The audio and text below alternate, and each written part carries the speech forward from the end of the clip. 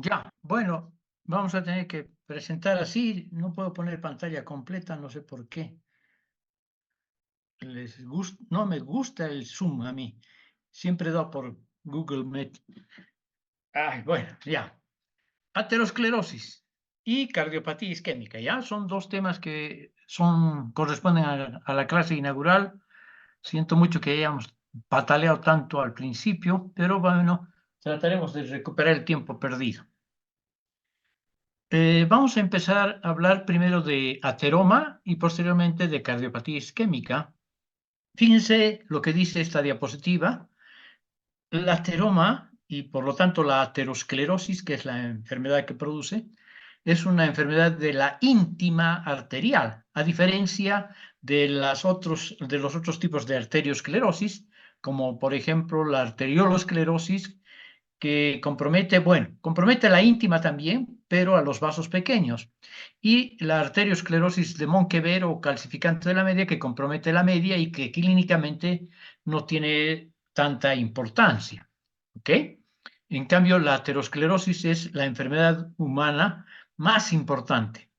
Es multifactorial, eso quiere decir que no depende de una sola causa, tiene muchas causas que las vamos a describir enseguida. Su patogenia, a pesar de ser la enfermedad humana más relevante de este siglo, es todavía incierta, aunque hay hipótesis para ello, y sus consecuencias clínico-patológicas son muy variadas, que también vamos a hablar algo de ellas, aunque ya deben estar pensando ustedes en el infarto agudo de miocardio y en la enfermedad vascular oclusiva cerebral, ¿no? En el ictus apoplético. Muy bien, la más frecuente entonces enfermedad arterial, ¿sí? Y podríamos decir que es probablemente la más importante enfermedad humana por las consecuencias que desarrollan como complicaciones. Las arterias musculares grandes y pequeñas son las más afectadas, ¿no? O medianas, en realidad, grandes y medianas más que las pequeñas, aunque también las pequeñas pueden ser afectadas. Y la lesión se caracteriza básicamente cuando está desarrollada, porque tiene una evolución prolongada, es una enfermedad indolente, crónica, que puede empezar muchos años antes de que se manifieste incluso clínicamente o se complique, ¿ya? Y se caracteriza por una papilla grumosa rica en lípidos y proliferación de fibroblastos y células musculares lisas que van produciendo colágeno y por lo tanto produciendo fibrosis y esclerosando, o sea, engrosando y aumentando la consistencia de la pared, ¿ya? De las arterias. Muy bien, decíamos que es una enfermedad multifactorial y cuyos factores de riesgo principales los podríamos subdividir en cierto modo en modificables y constitucionales o no modificables y eventualmente también en emergentes, ¿sí? Entonces, las modificables son entre las más importantes las dislipidemias. Aquí tenemos todas las alteraciones del colesterol, hipercolesterolemia, aumento de los lípidos de baja densidad, etcétera, etcétera. La hipertensión arterial, ¿no? La hipertensión arterial sistémica, obviamente, la diabetes mellitus y el hábito tabáquico, que no solo está relacionado, como muchos de estos procesos, con la aterosclerosis, sino también con otra patología respiratoria, vascular, cardíaca, en fin, ¿ya? Entonces, estas son las 4 patologías modificables que sujetas a un tratamiento médico más importantes como factores predisponentes para el desarrollo de la enfermedad aterosclerótica. Y entre los constitucionales o no modificables tenemos edad, sexo, factores genéticos, factores familiares y raciales. Fíjense, la raza negra está más propensa a la hipertensión y por lo tanto también a la aterosclerosis. Y entre los emergentes solamente los vamos a mencionar porque son muchos, pero no carecen de importancia, aunque son menos importantes desde el punto de vista clínico tal vez que los que hemos mencionado son también importantes, ¿no? Aquí tenemos las influencias ambientales, la obesidad, Las hormonas, deficiencia de estrógeno y los anticonceptivos orales están relacionados también como factor de riesgo. El hábito físico, la inactividad física y el estilo de vida no solo estresante, sino también los hábitos alimenticios, en fin. La homocistinuria últimamente está teniendo mucha importancia. Los factores trombóticos o los factores que favorecen la trombosis, estados de hipercoagulación sanguínea, por ejemplo, y muchas infecciones, clamidia, neumonía, virus del herpes simple, citomegalovirus, en fin, son, entre otros, muchos de los factores emergentes. El papel del alcohol es discutible no como un agente etiológico importante de la enfermedad humana, pero sí como un agente importante en el desarrollo y la progresión y las complicaciones de la aterosclerosis, ¿ya? Bueno, su patogenia es incierta y sus consecuencias clínico-patológicas son variadas. Aquí tenemos un muy resumido algoritmo, ¿no? Tenemos los factores de riesgo que hemos mencionado, que acabamos de mencionar, que van a favorecer el desarrollo de la lesión básica, que es el ateroma, que es la lesión básica de la aterosclerosis, ¿sí? Va a producir una enfermedad crónica que va a causar paulatinamente una obstrucción que al principio es parcial, produciendo, por ejemplo, una disminución significativa de la luz de las arterias, produciendo eventualmente algún tipo de angina, sobre todo la angina estable, que se puede complicar con una activación y proliferación de la placa, ¿no? Que vamos a ver ahorita, que en última instancia uno de los cuadros más importantes para el desarrollo de la obstrucción total es la génesis de los trombos oclusivos, ¿sí? Obstrucción total al flujo de sangre que puede causar isquemia y por lo tanto infarto. Y a la larga, si es que sobrevive el individuo, porque estamos hablando de patología cardíaca, una insuficiencia ventricular izquierda, ¿ya?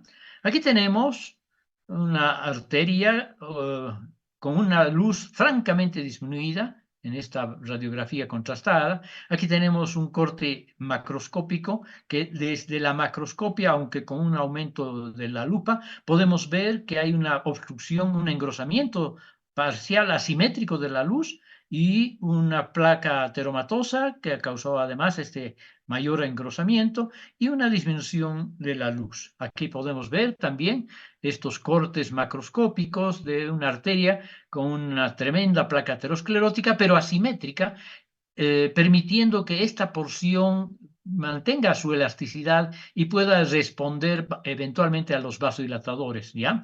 Lo mismo aquí, una placa mucho más desarrollada, tal vez con un principio ya de una trombosis, y en una radiografía podemos ver esta estenosis por una placa aterosclerótica que no es así asimétrica, sino que es más bien asimétrica, como nos muestra este gráfico, ¿no? Aquí tenemos una placa aterosclerótica en algún grado de desarrollo, con disminución significativa de la luz, y aquí también una disminución significativa de la luz, pero la placa es simétrica, envolvente, ¿sí?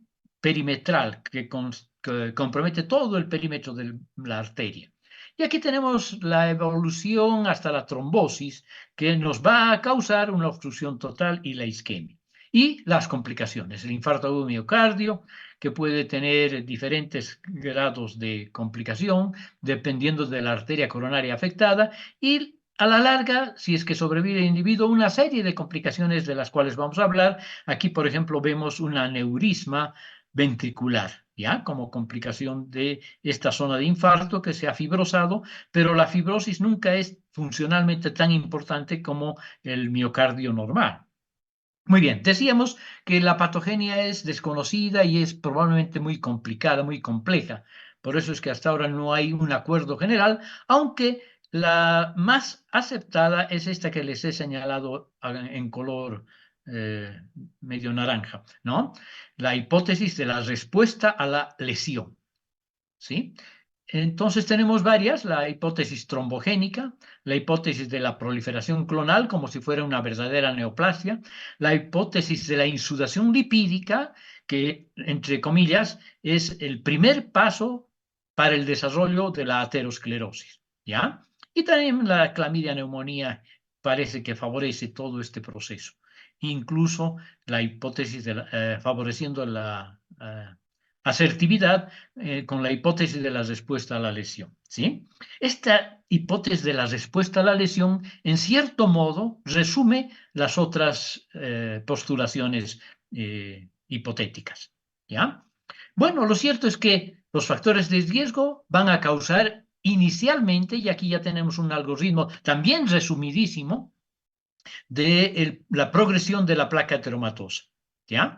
Tenemos como primer evento patológico la disfunción endotelial, ¿sí? La disfunción endotelial que va a determinar una serie de problemas como favorecer la adherencia plaquetaria, la migración de monocitos a la íntima, porque hoy la disfunción endotelial implica un aumento de la permeabilidad del vaso arterial comprometido. Va a haber una inhibición del óxido nítrico que, entre comillas, es un poderoso anticoagulante y, por lo tanto, es un factor antitrombótico, o sea, es un protector para la aterosclerosis y la trombosis. Va a haber, al aumentar la permeabilidad, va a haber difusión de las proteínas plasmáticas a la íntima. Estas proteínas plasmáticas a la íntima, incluidas los lípidos de baja densidad principalmente, van a oxidarse, ¿no? Las lipoproteínas de baja densidad. Va a haber liberación de factores proinflamatorios que van a determinar, y citoquímicos, perdón, quimiotáxicos, que van a favorecer la proliferación de células mioíntimas y también la llegada de células mioíntimas a la íntima, de células de la muscular incluso externa hacia la íntima. Por otra parte, la migración de monocitos que al activarse y al ser fagocitados por células musculares y por células fibroblásticas, incluso por células endoteliales, van a formar las células espumosas que al activarse, como les decía, van a liberar citoquinas. Y claro, todo este evento va a condicionar una migración, una activación de las células endoteliales, de las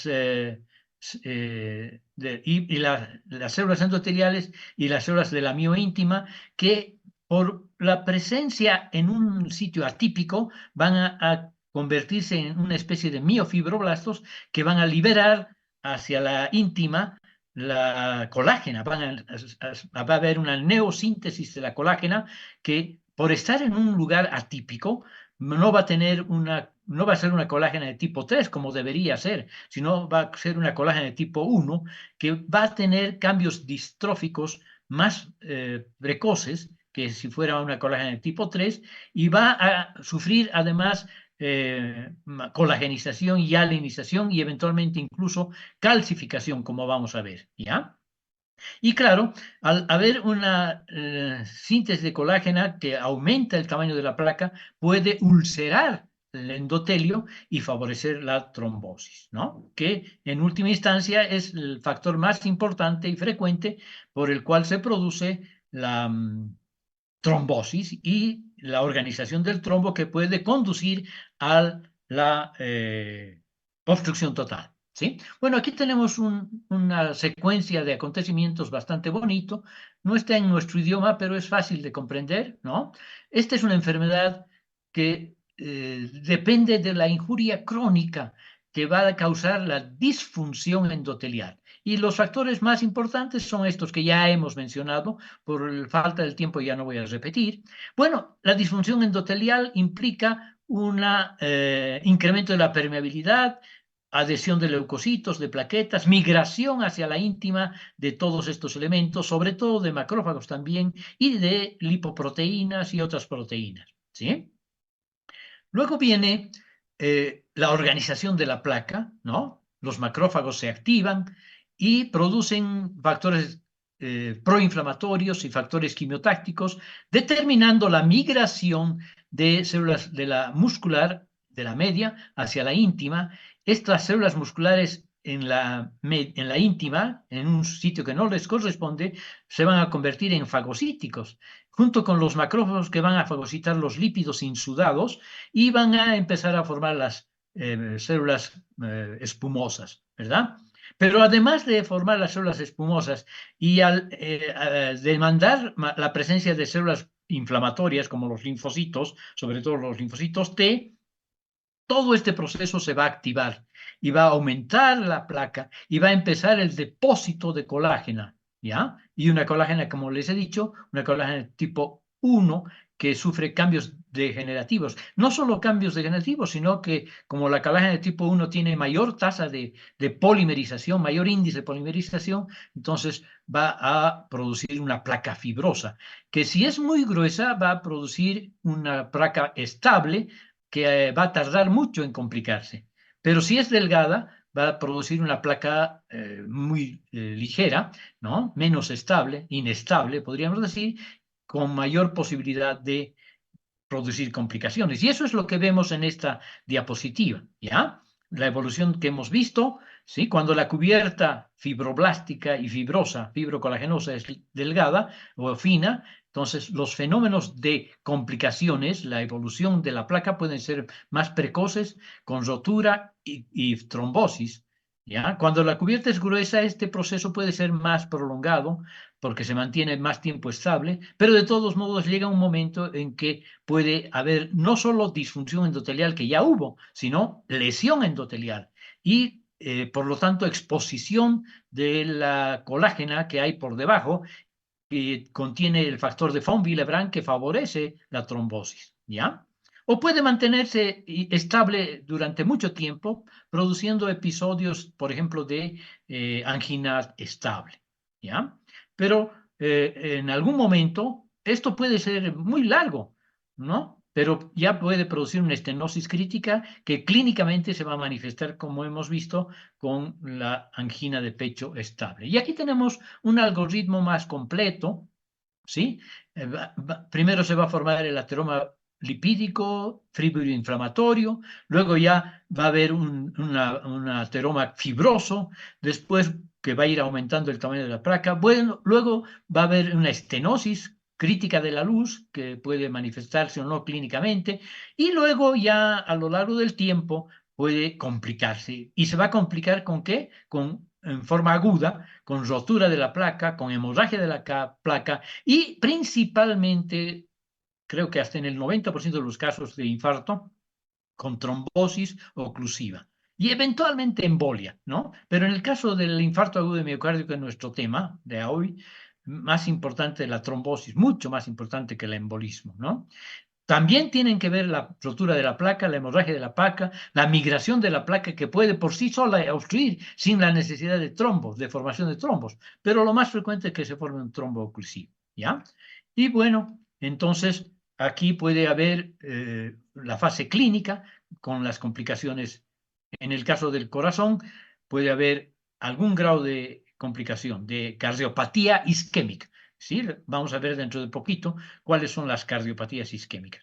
En el fenómeno inflamatorio participan mucho, en el fenómeno del desarrollo de esta placa ateromatosa, participan muchos elementos. Célula endotelial, la disfunción endotelial, que puede producir muchos factores proinflamatorios o de crecimiento, el plasma sanguíneo también, las plaquetas que también pueden producir factores de crecimiento, etcétera, etcétera, tromboxano, los linfocitos con sus factores de necrosis tumoral, factores de crecimiento transformador beta, etcétera, etcétera, interleucinas, lo mismo los fibroblastos, la célula muscular lisa, en fin, todos participan y contribuyen a la evolución de la placa, ¿sí? Pero las más importantes probablemente sean la pérdida de la función normal del endotelio, la disfunción endotelial, que fíjense, mientras está viable y mientras no tiene alteraciones, mantiene la permeabilidad de barrera, elabora poderosos mediadores anticoagulantes, antitrombóticos que van a y reguladores fibrinolíticos que cuando se empieza a producir alguna heridita y formar un trombito, inmediatamente se activan fenómenos fibrinolíticos y todo lo que hayan estudiado en fisiopatología, ¿no? Entonces, elaboración de moléculas protrombóticas, pero también puede al producirse disfunción alterarse justamente y evitar su mecanismo de protección, ¿no? Y las células musculares lisas la capa media, sobre todo, van a proliferar en este fenómeno evolutivo, van a aumentar la producción de colágeno, elastina y proteoglucanos, lo que constituye la matriz extracelular que forma gran parte de la placa teromatosa, van a elaborar factores de crecimiento y citoquinas, van a producir vasoconstricción o eventualmente vasodilatación en respuesta a estímulos fisiológicos y farmacológicos que pueden estar alterados y al final pueden ir en contra. Factores de proliferación derivados de plaquetas, de endotelina, de trombina, factores de crecimiento fibrolar. Miren, tantos factores que se producen fisiológicamente y también patológicamente en contra, ¿no? Bueno, y al final la arteria normal va sufriendo una serie de transformaciones, ¿no? Desde una mancha lipídica a una placa fibroadiposa, una placa fibroadiposa inflamatoria, una placa fibrocolagenosa con células espumosas y después las complicaciones, rotura de la placa, ulceración de la placa, calcificación de la placa, lesión endotelial y favoreciendo la trombosis, favorecimiento de la trombosis, ¿no? Miren ustedes, entonces, el trombo puede progresar y ocluir y producir isquemia aguda e infarto, o puede recanalizarse, ¿sí? Y aquí tenemos todos estos eventos macroscópicamente. Miren cómo desde una mancha lipídica puede irse produciendo placas más grandes, más fibrosas, más ulceradas y calcificadas, ¿no?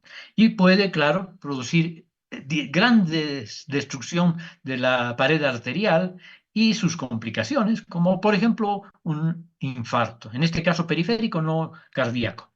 Pero en la siguiente diapositiva tenemos un infarto agudo de miocardio. Aquí tenemos la arteria coronaria responsable, que tiene al centro un trombo, ¿sí? Un trombo oclusivo que ha causado este desastre.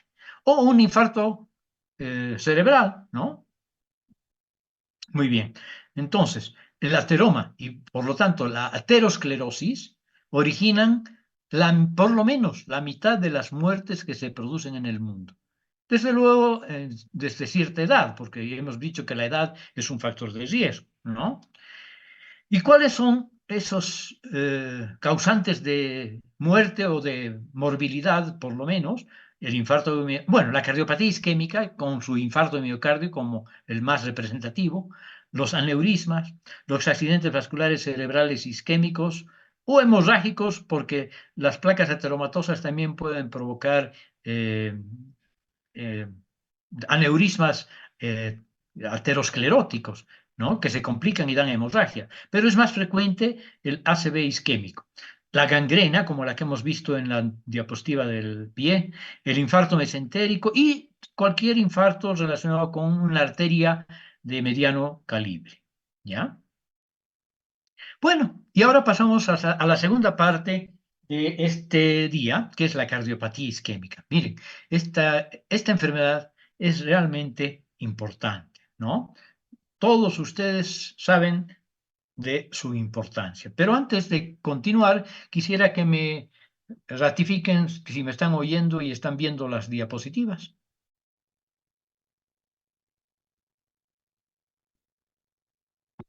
Cualquiera de ustedes, por favor, no sean tímidos. Sí, doctor, se ve y se escucha. Perfecto, muchas gracias, señorita. No te he podido ver quién eres para agradecerte personalmente, pero igual te agradezco. Muy bien, entonces la cardiopatía isquémica es muy frecuente, es la cardiopatía más frecuente de Estados Unidos y Europa y ya se está extendiendo en forma global, ¿no? Sigue siendo la principal causa de muerte atribuible a cardiopatía. Fíjense, el 80% de las muertes son atribuibles a la cardiopatía, sobre todo al infarto de miocardio. ¿Y cuáles son las consecuencias de la cardiopatía o qué tipos de cardiopatía isquémica más bien? Tenemos la angina de pecho, el infarto de miocardio, la angina de pecho que hay varios tipos, ¿no? El infarto agudo del miocardio, la enfermedad, la insuficiencia cardíaca congestiva y la muerte súbita, ¿ya? Bueno, decíamos que hay varios tipos de angina de pecho. Tenemos la estable, que es por suerte la más frecuente, que nos puede advertir sobre la presencia de una estenosis crítica, ¿no? Tenemos en esta angina estable, clásicamente, desde el punto de vista clínico, episodios repetidos de dolor precedidos por el ejercicio, ¿no? O sea, por el cansancio. Cuando se produce este dato, esta enfermedad, cuando hay una reducción de la luz arterial de alrededor del 75%. Esta sería la estenosis denominada crítica, ¿no? Que nos produce la angina de pecho estable. La causa más frecuente, la aterosclerosis coronaria importante, ¿ya? Hay otros tipos de angina de pecho menos frecuentes, la de Prince-Metal o también llamada variable, que se inicia en reposo, no se asocia al ejercicio y la mayor parte de las veces está asociada a vasoespasmo. Luego tenemos la inestable, que se inicia también en reposo y está asociada no a trombos oclusivos como el típico infarto agudo de miocardio, sino a trombos no oclusivos sobre placas ateroscleróticas, pero generalmente también asociadas a un grado de estenosis, perdón, de espasmo arterial, ¿ya? Bueno, ahora hablamos del infarto agudo de miocardio, que es la principal cardiopatía isquémica. Es un foco de necrosis isquémica del miocardio, o sea, del corazón, pero principalmente del miocardio, aunque puede comprometer transmuralmente, desde luego, ¿no? Es aislado y puede ser pequeño, mediano o grande, ¿sí? Y el tamaño, justamente, está relacionado con la duración de la isquemia y con el metabolismo basal del tejido isquémico. Ahorita les explico en qué consiste esto del metabolismo basal del tejido isquémico, ¿ya? Los focos de necrosis aparecen ya histológicamente a los 20 minutos después de la isquemia total y la isquemia prolongada produce necrosis más extensa, es lógico, ¿no? Y sobre todo si la arteria además es más grande, mayor tamaño de isquemia. Si es más prolongado y no hay recanalización del trombo o no hay una vasodilatación que acepte el tratamiento médico, la necrosis es más extensa. Aquí tiene muchísima importancia el diagnóstico y el tratamiento oportuno, ¿sí? Y hay también otras cardiopatías isquémicas, ¿sí? Entre ellas tenemos la muerte súbita. Suele ser la única manifestación de la cardiopatía isquémica. Puede ser. Debe surgir en el lapso de 1 hora después de iniciada, digamos, el dolor anginoso, ¿sí? La aterosclerosis coronaria subyace en la mayoría de los casos, o sea, sí hay una aterosclerosis coronaria, pero no hay una obstrucción total, ¿sí?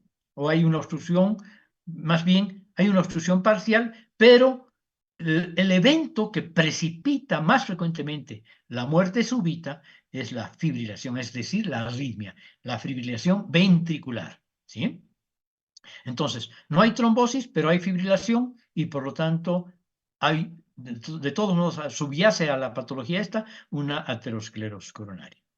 Y en el diagnóstico no vamos a ver lo clásico de un infarto agudo de miocardio. No hay alteraciones de las enzimas, troponina, etcétera, etcétera. No hay alteraciones en el electrocardiograma, las típicas alteraciones del infarto agudo de miocardio.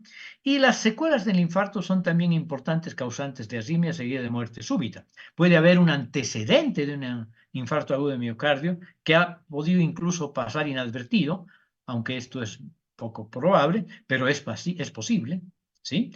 Y entonces puede causar la arritmia, un infarto anterior, ¿no? Y producir la fibrilación ventricular y causar la muerte súbita. Entonces, aquí hablábamos de, no sé si se acuerdan, les dije que cuando hay un metabolismo basal alterado en el tejido muscular, es más probable que se produzca el infarto agudo de miocardio, ¿ya? ¿Y cuáles son estos factores que favorecen a nivel del corazón, ¿sí? Del metabolismo basal del corazón, la presencia de un infarto que favorecen el infarto agudo de miocardio? Estos puede ser por disminución del aporte sanguíneo previo, ¿ya? O por un proceso que influye en la capacidad de sangre para ceder el oxígeno. ¿De acuerdo? Estos son los dos mecanismos atribuibles a la patología intrínseca del miocardio, sobre todo. Entonces, la disminución del aporte sanguíneo por aterosclerosis y trombosis, obvio, ¿no? De las tromboembolias, el espasmo de las arterias coronarias, la circulación coronaria colateral, la presión arterial, gasto cardíaco y frecuencia cardíaca, todo lo que está alterado en relación a esto puede disminuir el aporte de oxígeno. Y también algunas misceláneas, como la arteritis, sobre todo las coronarias, desde luego, el aneurisma disecante, la aortitis luética, el origen anómalo de las arterias coronarias, los puentes musculares de las arterias coronarias, en fin, todos estos factores van a tener un aporte, van a condicionar un aporte de oxígeno disminuido al miocardio. Y por lo tanto, ese miocardio es más susceptible de infartarse, ¿no? O en este caso, que no tiene que ver necesariamente una patología relacionada directamente con el miocardio, como por ejemplo la anemia, ¿sí? Que favorece o más bien influye en la capacidad de la sangre para ceder oxígeno, la desviación de la curva de disociación de la oxihemoglobina, la intoxicación por monóxido de carbono, obviamente, y o por cianuro, ¿sí? Entonces, estos son tóxicos para los eritrocitos que van a tener imposibilidad de ceder el oxígeno, el adecuado oxígeno y en cantidad adecuada al miocardio, ¿sí? Luego, el incremento de la demanda de oxígeno, porque ya estaba con un aumento de trabajo el corazón por alguna enfermedad previa, ¿no ve? La hipertensión arterial, que produce una hipertrofia ventricular izquierda principalmente simétrica, las enfermedades vasculares izquierdas sobre todo, aunque cualquiera de ellas, el hipertiroidismo, que produce una taquicardia y un aumento del ritmo cardíaco, la fiebre, que también actúa en ese sentido, déficit de algunas vitaminas, la tiamina y la presencia de catecolaminas. Las descargas catecolaminas pueden aumentar la demanda de oxígeno y cuando hay una estenosis casi total o total de alguna de las coronarias, entonces si hay estas condiciones predisponentes más, además sumadas a las previas, entonces es más fácil que se produzca el infarto agudo, que puede ser subendocárdico o transmural. Los clásicos son los transmurales, ¿ya? Los transmurales que pueden, hemos dicho, ser de tamaño pequeño, mediano o grande. Los infartos subendocárdicos son los que afectan solamente al tercio o máximo la mitad interna del miocardio. O sea, son subendocárdicos, en cierto modo, ¿no? No asociados a trombos coronarios oclusivos, sino a suboclusivos. Puede deberse a hipotensión y choque de cualquier tipo. No producen como complicación, si es que se produce un infarto, una epicarditis. No se complica con aneurismas, puesto que no hay compromiso transmural, ¿sí? Es territorial cuando solo está comprometida alguna de las arterias coronarias y no es por alguna estenosis de varios vasos coronarios oclusivos o por trombos, ¿sí? O puede ser circunferencial, afectar casi todo el endocardio, ¿no? Incluyendo las válvulas. Y entonces hablamos de un infarto subendocárdico circunferencial. Luego tenemos los transmurales. Los transmurales, que son los clásicos, son secundarios en el 90% a trombosis coronaria, de alguna de las coronarias. Muy frecuentemente, como complicación inmediata, se produce el choque cardiogénico. La epicarditis es un evento que acompaña frecuentemente a este tipo de infartos y se puede complicar con aneurismas, sobre todo aneurismas ventriculares, que pueden ser unifocales, compactos o que pueden ocupar el territorio de una arteria coronaria en su irrigación al miocardio, ¿no? Bueno, y entonces vamos a ver complicaciones que produce la estenosis por la placa ateromatosa, ¿sí? Y el infarto. El infarto es un área de necrosis isquémica generalmente transmural, como acabamos de ver, causada por la oclusión del riego arterial o del drenaje venoso al tejido, a un tejido concreto. Esto es en términos generales, no necesariamente al corazón, ¿ya? Los infartos pueden ser rojos o blancos, ¿sí? En general, los infartos rojos son por obstrucción venosa, como ocurre, por ejemplo, por la torsión de un pedículo vascular, como en un quiste de ovario torcido, o como en un quiste del testículo, ¿no? O como, por ejemplo, en una, eh, ¿qué se llama? Cuando se obstruye, hoy día tenía un caso y no me estoy acordando, una hernia, con una hernia interna sobre todo en la que se mete un tejido, una víscera hueca, por ejemplo, ¿sí? Y se estrangula y entonces hay primero obstrucción del flujo arterial, perdón, venoso, y después recién obstrucción del flujo venoso. Por lo tanto, el infarto se produce en un tejido o en un órgano previamente congestionado. Por lo tanto, obviamente es un infarto rojo, hemorrágico. Y los infartos blancos suelen ser los isquémicos, como los que estamos viendo ahora en el caso de los infartos miocárdicos, ¿no? Pueden ser asépticos, como en el caso del infarto miocárdico, o sépticos, como en el caso de las complicaciones de la endocarditis bacteriana, por ejemplo, ¿no? Cuyo endocardio séptico los se puede desprender, ¿no? Y puede migrar y producir obstrucción e infección. Muchos abscesos cerebrales, no muchos, pero algunos abscesos cerebrales dependen de la presencia de un infarto, de un tromboséptico, ¿no? Que se absceda.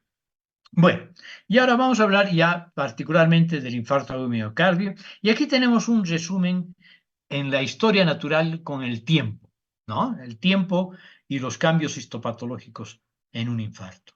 Fíjense, hay una media hora, 20 minutos a media hora, en el tiempo en el cual la lesión es potencialmente reversible, ¿sí?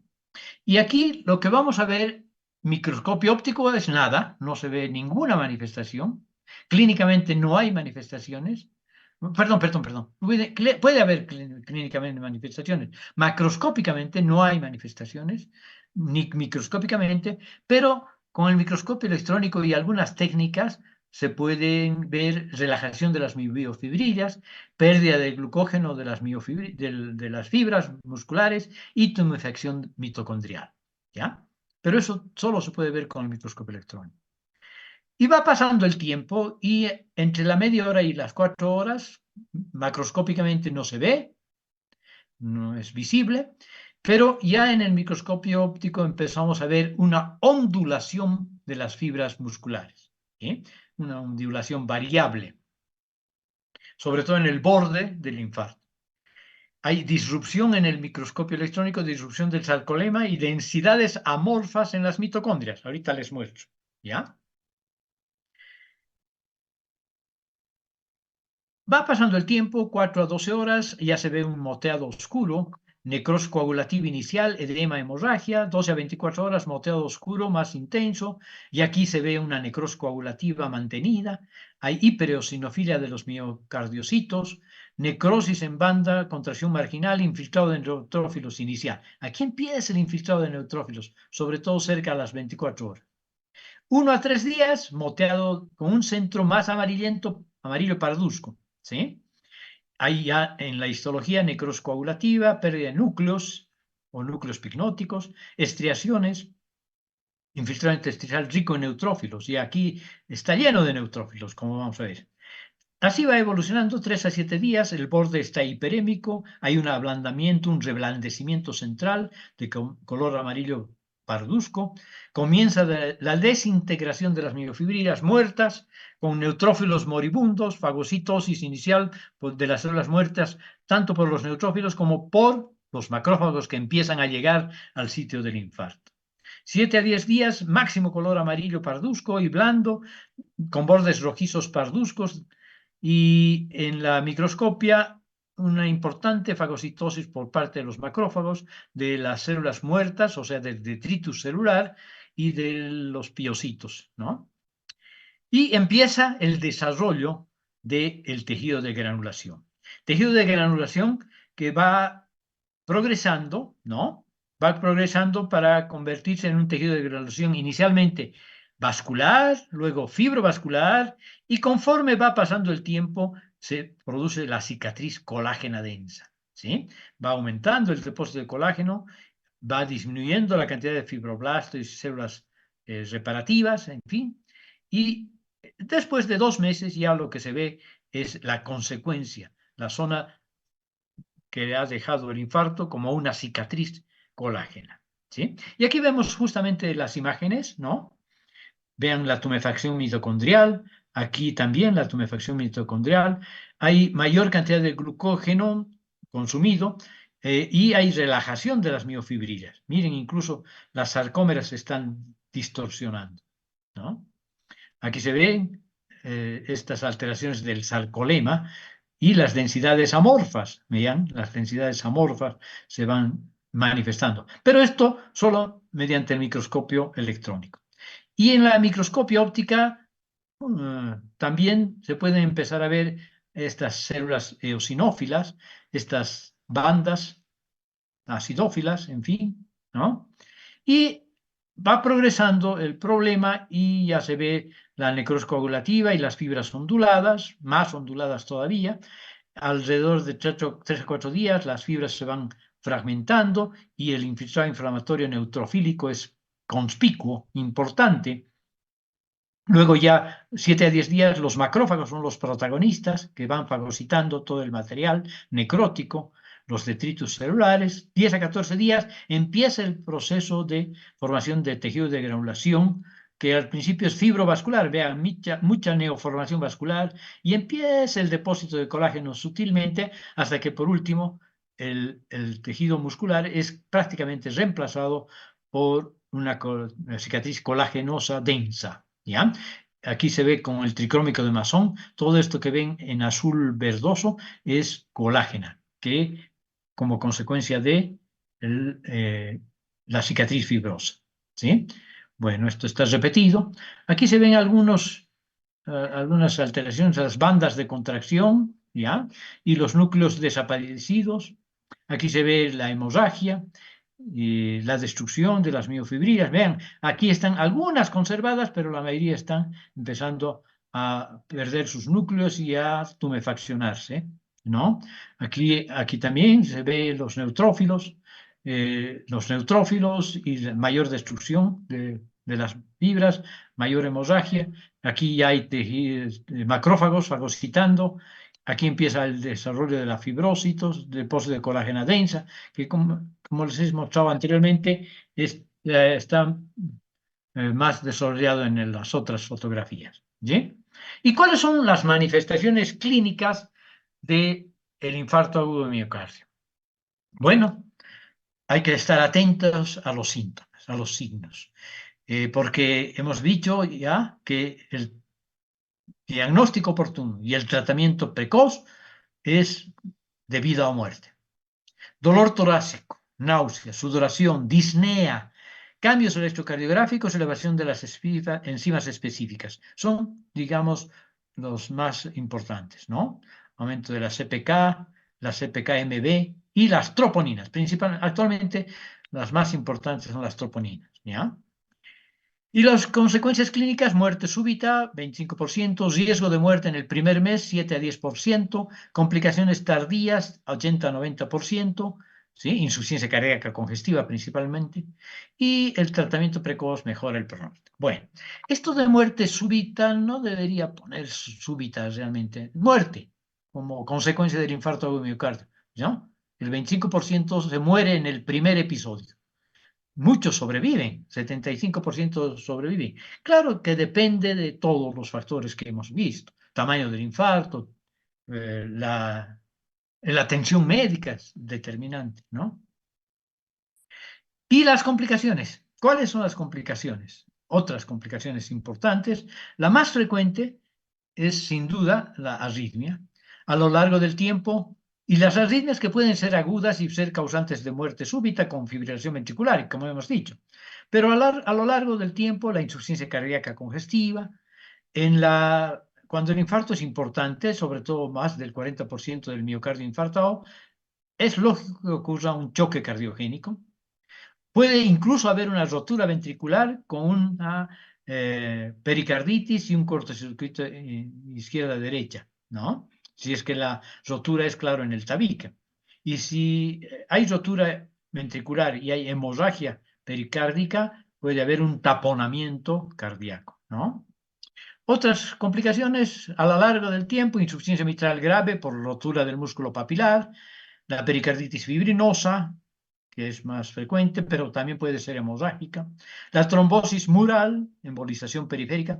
Los trombos murales, como les voy a mostrar en la siguiente diapositiva, aquí ven este trombo, no trombo mural, este aneurisma ventricular favorece el desarrollo de trombos murales, ¿ya? Y por lo tanto de embolización periférica. Se desprenden trombos del trombo mural émbolos que embolizan periféricamente. El aneurisma ventricular, que debería estar antes de la trombosis mural, y el infarto repetido, ¿no? Porque la posibilidad de que se repita un infarto es del 50%, no me acuerdo si es en el curso de un mes, creo que en el curso de un mes. Por eso es un mes determinante después de un infarto al cual el individuo ha sobrevivido. Y bueno, esto es lo que les quería mostrar como última diapositiva. El aneurisma ventricular como una de las complicaciones crónicas. Pero la más importante, ya les he dicho, la insuficiencia cardíaca izquierda, que se convierte en insuficiencia cardíaca congestiva como consecuencia de la hipertensión pulmonar que produce, ¿no? Bueno, gracias, perdón. Me había olvidado esto del manejo del Zoom. El año pasado solo hemos hecho por Google Meet. Y espero que en las próximas clases ya me sea más fácil. Lo que quiero aprender es poner en exposición el tema, ¿no? Bueno, muchas gracias. Nos vemos el lunes a las 8 de la noche. Los que quieran asistir con el tema cardiopatía hipertensiva, creo que es, no estoy muy seguro. ¿Ya? Hasta luego. Muchas gracias, doctor. Gracias.